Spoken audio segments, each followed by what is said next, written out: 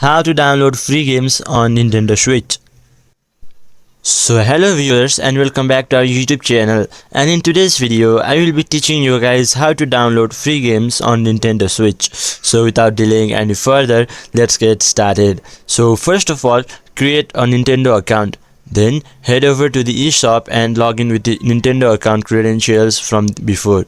On the eShop, search for games or look for deals and discounts on games under the Great Deals option.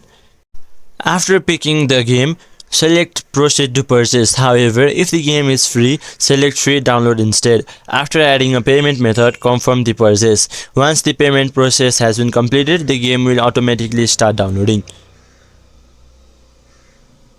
So in this very simple step, you could download games on Nintendo Switch. So hope this video was helpful for you. Until the next video, bye bye and take care. And if this video was helpful for you, don't forget to like, share and subscribe.